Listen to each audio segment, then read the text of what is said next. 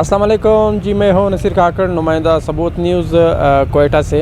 इस वक्त एक बार फिर एक बहुत बड़ी ब्रेकिंग न्यूज़ दे रहा हूं। बलूचिस्तान की सतह पर बलूचिस्तान असम्बली और एमपी हॉस्टल में जो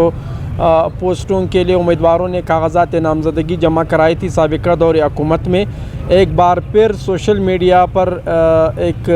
वायरल हो रही है कि इस सिलसिले में कि जो तैनातियाँ हुई है उनमें बलूचिस्तान असम्बली के सेक्रेटरी और वहाँ जो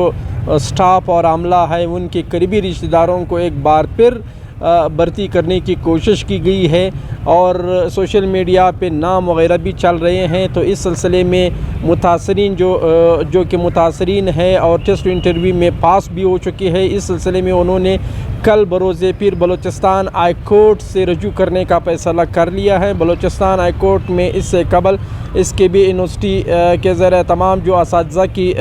इंटरव्यूज़ वगैरह टेस्ट हुए थे उसकी भी केस जो है वो बलूचिस्तान हाई कोर्ट में ज़ेर समाअत है और साथ ही बलूचिस्तान हाई कोर्ट ने नेब को भी इस बारे में शामिल तफ्तीश कर दिया गया है। तो मुतासरीन का कहना है कि इस वक्त जहाँ पे भी मेरिट की धज्जियाँ उड़ाई जा रही है वो एक बलूचिस्तान असम्बली भी हैं, जहाँ पे हुकूमत की मुद्दत ख़त्म होने के बाद वहाँ के ब्यूरोक्रेसी और वहाँ के स्टाफ और अमले ने अपने ही रिश्तेदारों को कपाने के लिए भर्तियाँ की गई है। इस सिलसिले में उनका कहना है कि जिस तरह दीगर महकमों में मेरिट की पामालियाँ हो रही हैं तो साथ ही इसका भी नोटिस लिया जाएगा। मुतासरीन ने हुकूमत बलूचिस्तान और बलूचिस्तान हाई कोर्ट की चीफ जस्टिस से हमदर्दाना अपील की है, गवर्नर बलूचिस्तान से हमदर्दाना अपील की है कि वो इस सिलसिले में अपना किरदार अदा करे और जो भर्तियाँ की गई हैं अगर वो वाकई सच में है और वाकई